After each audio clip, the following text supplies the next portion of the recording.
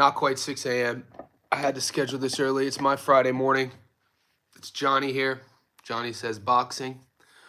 Wherever you are tuning into this, I say welcome. And if you're catching this live, remember to like this video, comment. We got fights coming up. This is my Friday morning, America. This is your Thursday night, and this is where we start building our parlay. The odds makers, the bookmakers still, they're kind of being stingy, at least down here in Australia, with letting us see the method of victory odds. Even on that card in Ghana with the heavyweights, with the bigger guys, is promoted by Amir Khan. That's the main one I'm waiting for to see some method of victory. There's a couple 50-50 fights on that card. I know that PJ, who is a fan of the subscriber to the channel, he's emailed me about some of the picks. There's a couple 50-50 fights. Guys, whenever there's 50-50 fights, this is just my own personal take. In terms of gambling on the fights, I kind of avoid them. So I think I'm going to stay away from a few of these 50-50 fights in Africa.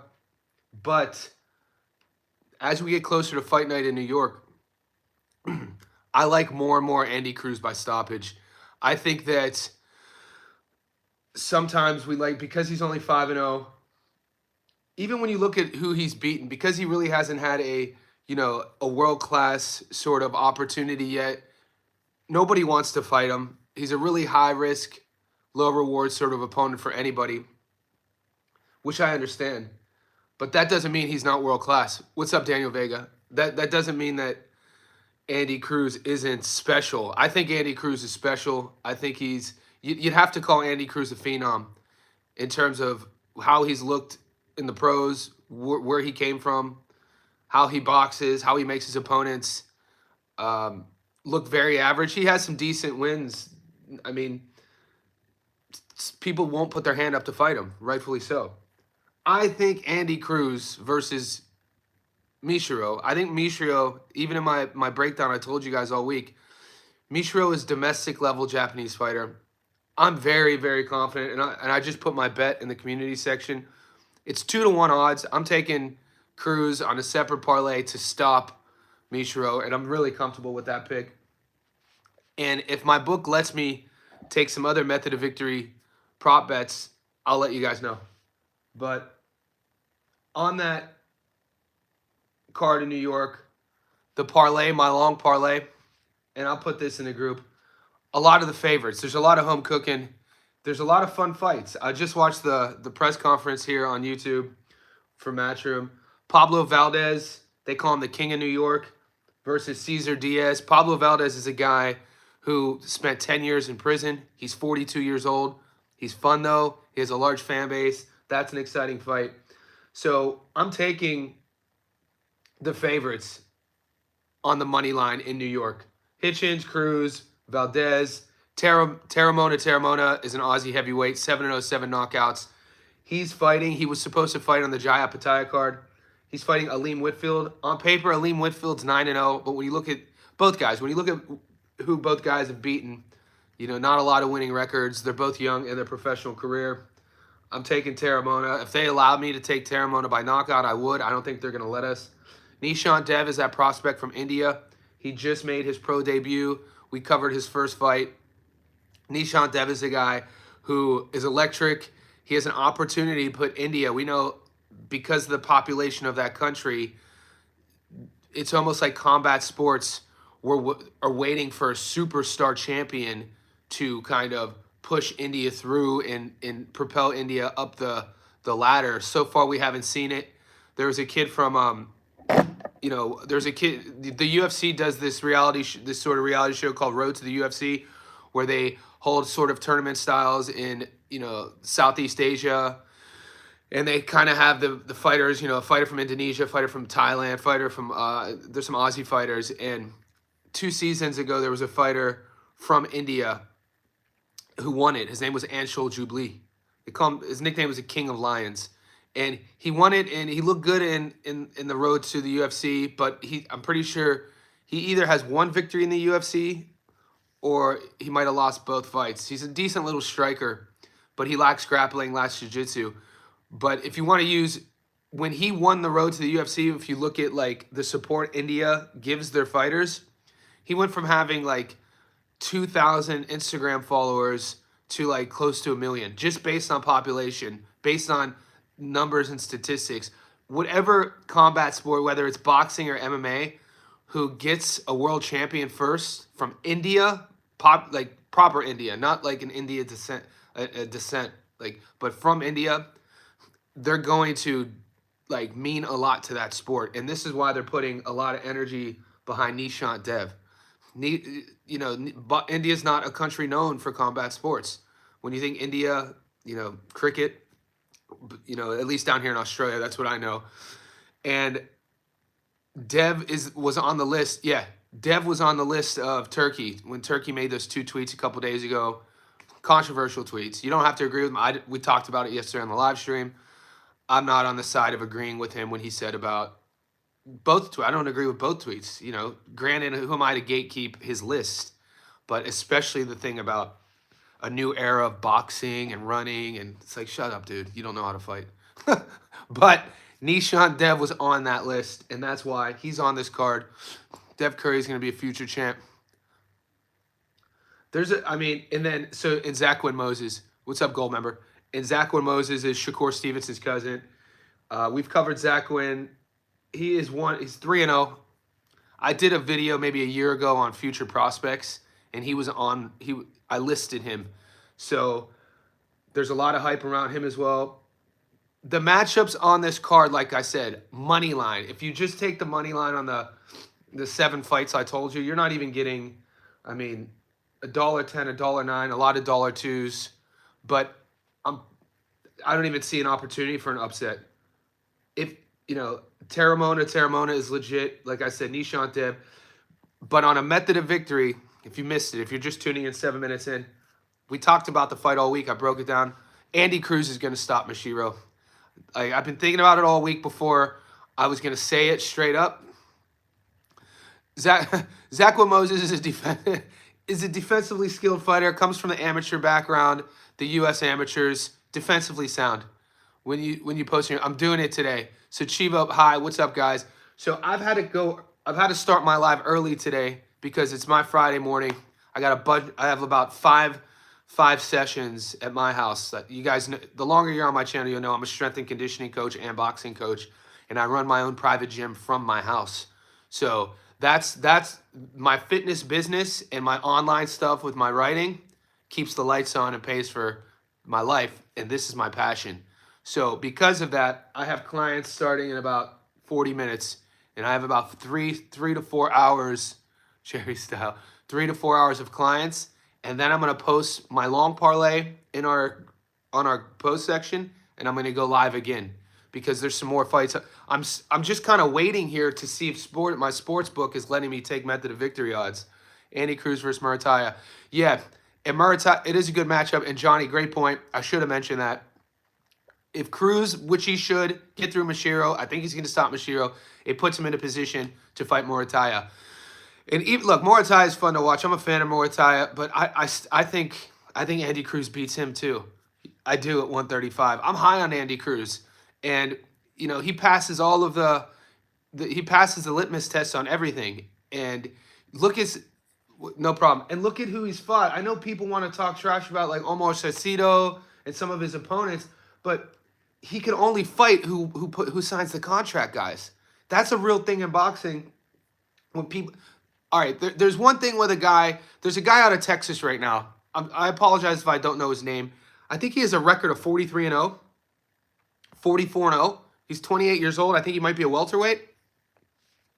I forget his name. It's a crazy 42-0, 43-0. He doesn't fight anybody. Domestic level, probably a B-level domestic guy. You look at 43-0, and that isn't an outcome of people not wanting to fight him. That's an outcome of picking and choosing who you want to fight. Andy Cruz's 5-0 is not that. No, it's not Virgil Ortiz. Virgil Ortiz is a dog, Johnny. Virgil's world class. It's not Virgil. It's a guy that every now and then in the boxing forums you'll see his box rec get passed around. So I don't know if you guys see his box rec will get passed around. He's like 28-0, and it'll like people will either be trolling, be like, "Who's this guy? Is this guy next?" And that's how I heard about him. And when you start researching him, there he is. Dude, this is what I learn more. It's Abel Mendoza. I learn more from you guys probably than you learn from me. That's why I love my channel. Not Zerto. No, not Zerto. Abel Ramirez. It's Abel. What's up, Willy Wonka? Johnny? Guys, wherever you are, could you like this video? Wonka, the money line parlay so far. And Zachary, Zerto, Jaime Munguia used to be like that. A lot of people, you know, so yeah, but Abel, my point was I used Abel, his record, in contrast to Andy Cruz's record in terms of there's certain fighters, it is the case where you're not fighting good talent just to pad a record. Andy can't get fights. Andy's world class. Andy's special. And I'd like to debate somebody, and I'm not even saying I'm an Andy Cruz fan. I'm a boxing fan. You know, like personally, the guys that I like are dogs. Dudes with like, you know, Diego Corrales. Chico was one of my favorite fighters. Not a perfect record. Gotti, not a perfect record. You know, so my point is, what's up, Johnny? Another good wicket. Yeah, my point is, I'm not hyping Cruz up because I'm a fan of Cruz. I'm hyping Cruz up because he's talented. And when you watch what he does in the boxing ring, he 100% should stop Mishiro. That's one of my prop bet locks of the week. So if you want to write that down, I am taking Andy Cruz to stop Mishiro. I'm not going to get fancy and pick around. That's 2-to-1 money. Your books, wherever you are, should be offering you 2-to-1 money on Cruz stopping him. Close to 2-to-1. So I'm comfortable with that. So far, our long parlay. I'm not taking any risks in New York. I'm going to take all the favorites. Yeah. Willie, I'm confident in that. You know, and it's taken me until Friday morning right now to speak that because, you know, I broke the footage down. I did film study. I've watched a lot of Mishiro's footage. I watched some of Mishiro's opponent's footage, what he's done recently. And I know Andy Cruz. I've seen him fight. And Mishiro is Japanese domestic level. And I'm not going to reason with my pick too much longer because I'm not trying to sell you guys on it. That's who I'm rolling with. You guys don't have to listen to me. I don't think gold member Andy Cruz, I don't think Cruz is going to get that fight because Keyshawn doesn't have a belt. That's another thing that kind of is unfortunate for us as fans. Keyshawn getting stripped now, doesn't have a belt. Abdullah Mason and Sam Noakes are fighting for that vacant belt at 135. Cruz is probably going to fight, or I should give Mishiro his due diligence. Cruz is probably going to fight Morataya as Mishiro step up for Moran. I don't know. Moran has talent, and Moran is a decent, you know, is a decent win. Salcido is a decent win. I don't think Mashiro's a step up. Keyshawn versus Frank Martin at 140. Frank, what's up, PJ? PJ, I talked about you earlier, and PJ sent me that email. Boz, because I'm doing my best this week, guys, to stay less subject to subject in these lives because I'm listening to you guys. But ranting is one of my favorite things to do, so I'll stay on track. My method of victory so far, my lock is Andy Cruz by stoppage. I'm putting that on my prop bet on a separate ticket. My long parlay, guys, which I'll post, I'm taking the favorites in New York. And if you're just tuning in, Hitchens, this is the long parlay, so just build it from here. Hitchens, Cruz, Pablo Valdez. Valdez is a guy nicknamed King of New York, served 10 years in prison. He is 42 years old, but he's going to win this fight. The heavyweights, Terramona Jr., Nishant Dev, not a lot of value. He's a huge favorite. Let's go to Argentina real quick.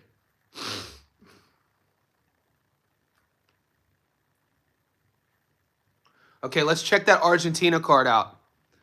And I featured the main event on that card. They're doing a 2-day event in Buenos Aires, but they're only giving us day 2.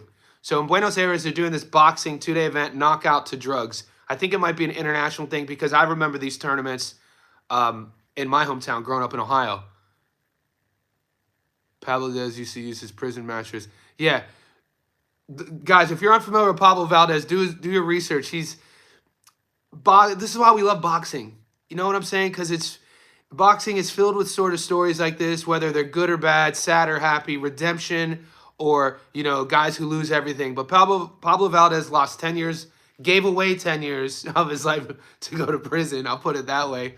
And got out started his pro career, I think, at 35 in 2019, 2020. Has a handful of fights. He's 42 years old, and he sells a lot of tickets.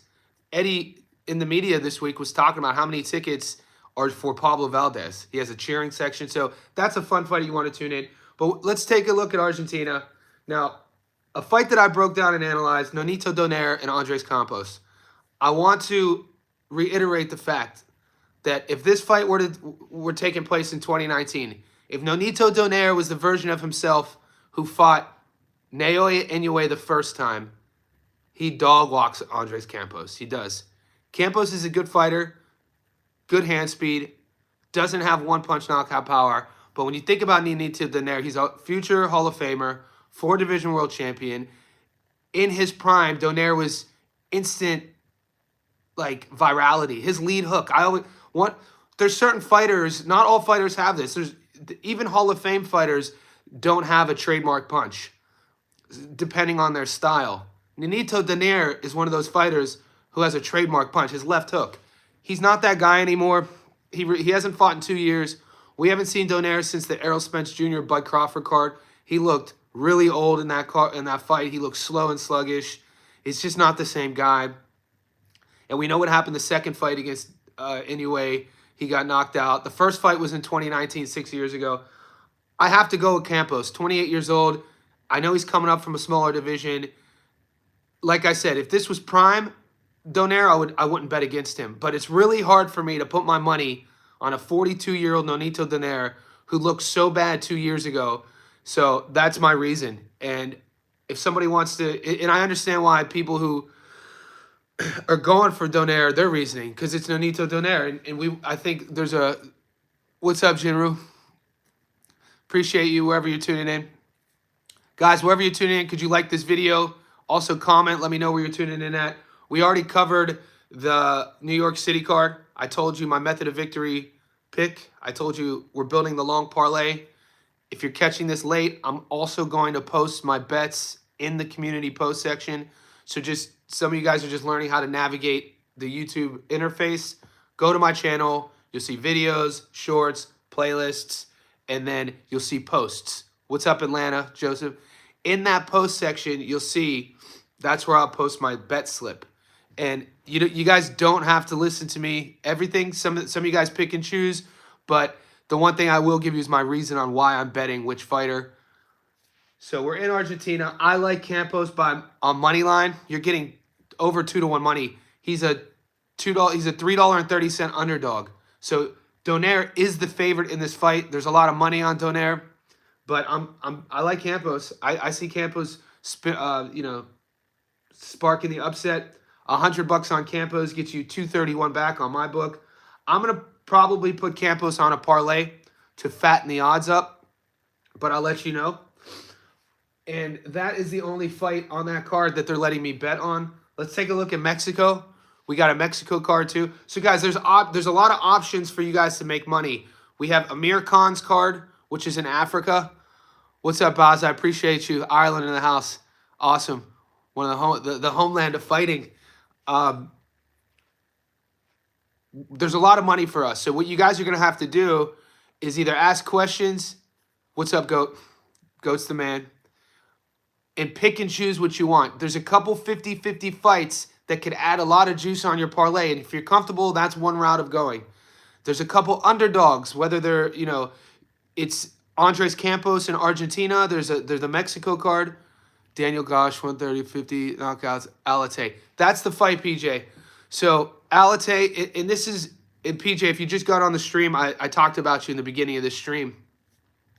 How you sent me your picks and how I was torn. Usually 50-50 fights, not on the world level, I kind of avoid. And he's talking about, this fight is part of Amir Khan's fight card in Africa. And he's talking about Daniel Gorsch versus Allet. Gorsch is 15-0. Allet is 10-0. One's ranked 64 in the world. One's ranked 69th in the world. My odds on that Gorsch-Allet fight, almost 50-50. There's some. It was 50-50 last night. There's been some money that's come in on Gorsch. So right now, Allet is the underdog. You put 100 on Allet on the money line, you get your money back plus 118 bucks. I'm kind of leaning that way. I'm leaning. I kind of like Allet to beat Gorsch. I do. That's not my for sure yet. Like I said, it's my Friday morning. I only got about. I'll be able to stay on this live for another 15 minutes or so. Then I got to go coach, and then I'm going to come back on, and then I'm going to give you in stone my long parlay, and I'll post it as well. But I'm leaning towards Allet. I like the money on that. And then also, I like Brandon Glanton in Ghana. If you can find Brandon Glanton by stoppage, take that bet. And then there's some other sort of gimme fights in Africa. Like Abdul Khan is going to win that fight. O'Hara Davies, even though I don't like betting on O'Hara Davies. What's up, Fast Car? Fast Car, who do you like? Guys, if you guys have done your research on the Gorsch versus Allet fight, who do you guys like in that? Cruz knockout, Hutchins knockout, Campos decision, 38-1. Look at that, Boz. And mate, those odds are insane. Why not sprinkle some money on that? So our boy Boz coming from Ireland. Cruz stoppage, Hitchens stoppage, and what was the third one? 38-1. Those odds look very enticing. So that was an example. Boz, put up a 3-leg parlay, 38-1 odds. That is a perfect example of the opportunity this weekend to make money. It's going to come down to piecing together some of these lesser-known matchups, and then if your sportsbook will allow you to do a method of victory bet, because I definitely love Andy Cruz at 2-1 money stopping Mishiro. 2-1. I think that, and then, so yeah.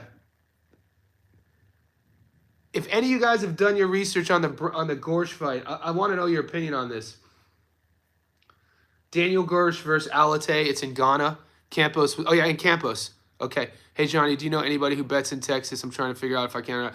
Jose Acosta. I know that a couple of the boys from Texas, I think there's a way around it. So Jose Acosta, if you're in contact with Muscles, I know Muscles is he doesn't live in Texas, but he's connected with Gary from 3D Boxing, and Gary talks about this on his channel. Go to 3D Boxing and message him. Or there you go, Zachary Scott's in Texas. Perfect. Jose Acosta, message Zachary Scott, because I know there's a workaround, something of what you guys have to do, and that's insane to think about that. In this day and age, that you guys don't get the opportunity to, you're not allowed to gamble. How much are you getting Andy and Hitchens losing? Okay, Mark, let's check that out. So if you want to take Mishiro and George on the money line, 74-1. That's insane. So George Kambosos to beat Hitchens and Mishiro to beat Andy Cruz on the money line is 74-1. Now, the longer you're on my channel, you're going to hear me say this over and over. PJ, I don't want you doing that, mate. Like I said, PJ, don't cash out. Well, do what you want to do. Do what you want to do. I'm not going to tell you what to do with your money. It's just that I'm still kind of torn on it. But where I was getting at with with the question, if you take George and Mishiro to win at 74-1, I will never give you guys a bet based on odds. So that's just my reasoning on how I break my fights down, and if I'm giving you guys advice.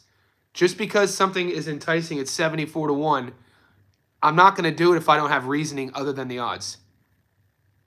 Exactly. If I'm not, I will, even if it's just $10, I will not, I'm not the type of guy ethically to put $10 on a sporting event without reason. I guess that's my point. Yeah, it's a good, so if there's certain gamblers who will gamble, who it's kind of like playing the stock market, or, you know, putting your money in crypto. You're playing statistics, you're playing odds. You guys come to my channel for reason. So I guess in a way, theoretically, gambling the odds is a reason. I don't go about my business that way. Lemos beat Rich. Kambosos is better than Lemos. Fact, study, film. Yeah, boss. And that's how I roll. And that's how I've been consistent with winning money. And if you want to, it's a slow burn. If you're smart, it's a slow burn, but it's methodical. And you look at it as a return of investment.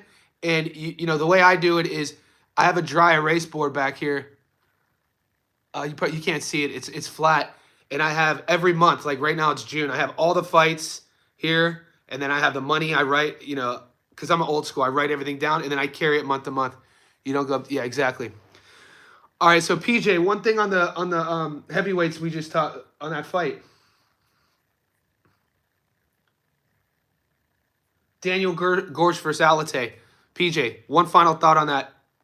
I'm not saying 100%. I'm rolling with Allet, but I'm leaning that way. I'll let you know my reason in my second live today. So just, if you haven't cashed out, just keep it in there for now.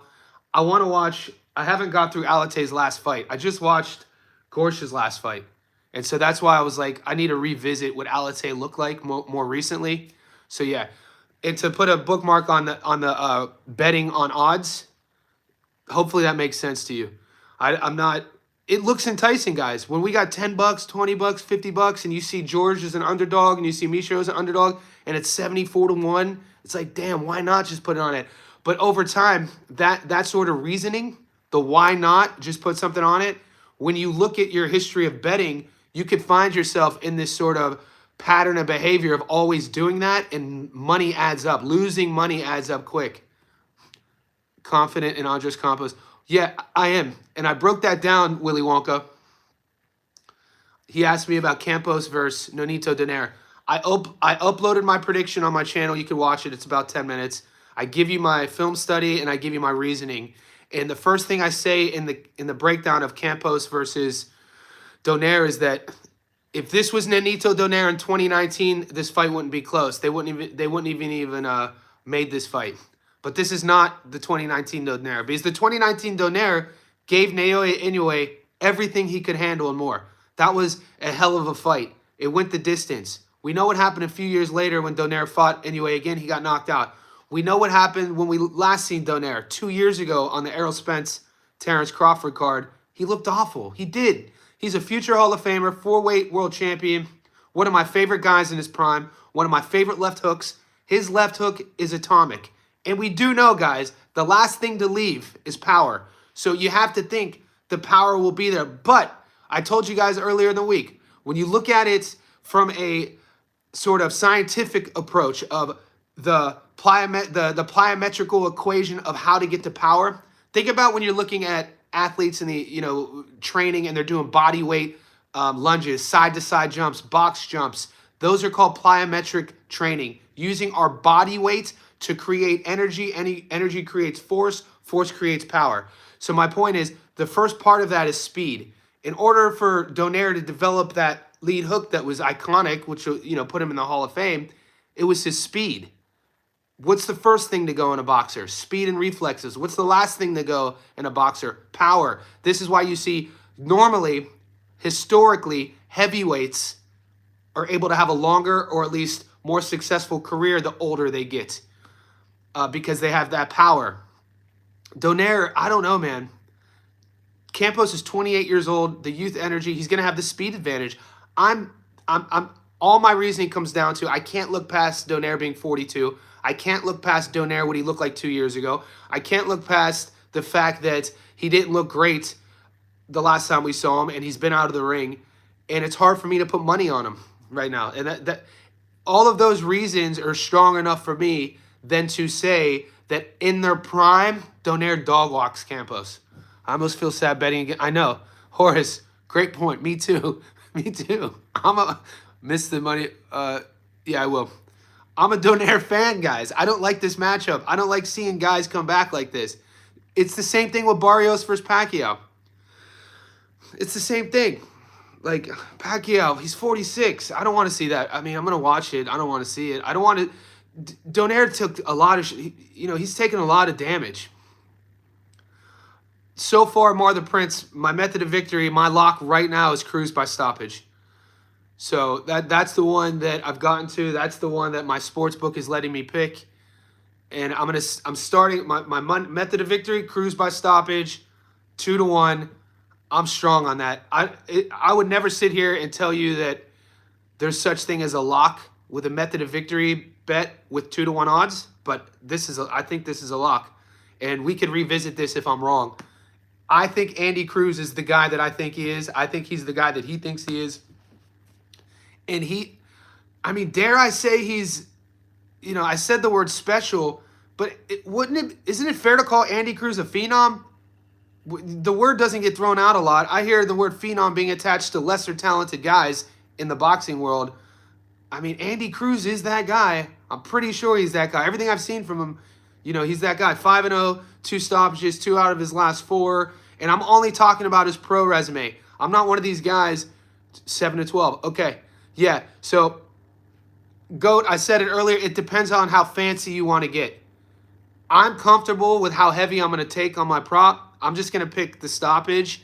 But you could juice in those odds up if you take that margin of when he gets the stoppage. And if you're happy with the stoppage, you'd have to think with Cruz's style, doesn't have one-punch power, it would be mid to late rounds. So, GOAT, I love that pick. There's reason on that pick. There's film study on that pick. And also, guys, the winner propels himself to a world title shot because, look, you could dog or dodge a fighter all you want, but when that fighter gets a belt, then it's kind of like, hey, come get me. And you got to think Cruz wins this fight. He fights Raymond Morataya for his strap. And then all of a sudden the division gets real fun because we know Keyshawn got stripped, and I'm pretty sure they ordered Abdullah Mason to fight Sam Noakes. 2 young, good fighters at 35. And then, I think that's for the WBO. And then Morataya is the IBF. And then, think about potential matchups. Cruz gets, the winner of Cruz and Morataya unifies at 35. It becomes a really interesting division. Look, with Tank Davis, Tank is locked up with Roach. I don't think Tank would ever fight Andy Cruz. It'd be fun to think about. It'd be fun to, or could you, thinking about Tank versus the winner of Mason or Noakes. I don't think that would happen. I don't think Tank is the type of guy we haven't really seen him give a prospect. The division's shifting because you can't call a 21, 22, 23-year-old prospect if they're a champion. So it's interesting. Cruz and Hitchens via decision. I could see that. The only thing that would worry me, Richard, on that is Cruz stopping Mishiro. And if you're not worried about that, take it. But if you're going to put that on a long parlay, you might as well just take Cruz on the money line. Yes, Mar. Cruz versus Stevenson would be really fun. I'm really excited to see what Shakur looks like against Zepeda. And we can't forget about William Zepeda. William Zepeda could easily go in there, and if he has things his way, and we know he weaponizes his cardio. We know he doesn't have that one-punch knockout power, but he gets a lot of stoppages because he drowns people. And, Shakur's obviously really, really comfortable punching, backing up, moving backwards. But, early on in his career, there is film footage. People forget there was a time where Shakur would sit there and trade. I always refer to that Jamel Herring fight. That's the Shakur I'm always waiting for. He's had some good exchanges. Has he been really hesitant to stand and trade with big punchers like we saw against De Los Santos? Yeah. He said it. Business decisions. And you got to respect that, especially if you're a real boxing fan. You have to respect that. Katie Taylor and Barrios via decision. Rico, we know the Taylor matchup. The Barrios decision kind of worries me too, because then you're leaning on the fact that Pacquiao could go the distance. The odds have dropped dramatically on the Cruz stoppage. Vegas knows something is up. Yeah, so that's what I'm saying. Down, wow, 105 down to 170. Okay, maybe. And guys, it's getting closer to fight night too, so a lot of that has to do with late money coming in. A lot of the professional gamblers, depending on the matchup, will either wait for odds to open up or this to happen, and then you'll see another influx in money come in. So that could be part of the game. Or I just learned, so one of the guys, he's from the Ukraine. He lives here down in Sydney near my gym. He owns a coffee shop. And if he's tuning in, I'm not going to say his name, but I salute you. I'm going to tell a story real quick. The story I'm about to tell you, I had no idea. This shows my naivety when it comes to betting and gambling. So he was telling me that he gets paid by a group of guys, like in horse racing, whenever you have a group of people all pitching in to own a horse, it's called a syndicate. So, and horse racing is huge down here. Some of my clients own horses. I've been to the races a lot of times, at least 20 times I've gone to the horse races, and it's a whole sort of thing. You dress up. It's part of the culture down here in Australia. And my guy who owns, the Ukrainian guy who owns the coffee shop, tells me that a syndicate always reaches out to him. They win so much on horse racing, they got banned from all the betting apps. So what they do is they load up my buddy from the Ukraine's betting app account, we'll say 100 grand, and then they tell him who to pick. And he said that's not just that. Here's what they also do. They'll take a whole chunk of money to I forget what term he used it. They'll say like, they'll take like $100,000 of money on purpose and put it on specific horses on purpose to flush the odds a certain way, and then go even heavier on the horses that they know are going to win. And I'm like, what? So my point is, when things like that are happening behind the scenes in horse racing, you have to think that's happening somewhere in boxing. So we saw last week the odds like this go on a couple different fights. And so it's something I've been watching too throughout the week, and pay attention to it. I forget what fight it was last week. It might have been the Kelvin Davis fight, but it might have been Kelvin Davis versus Albright.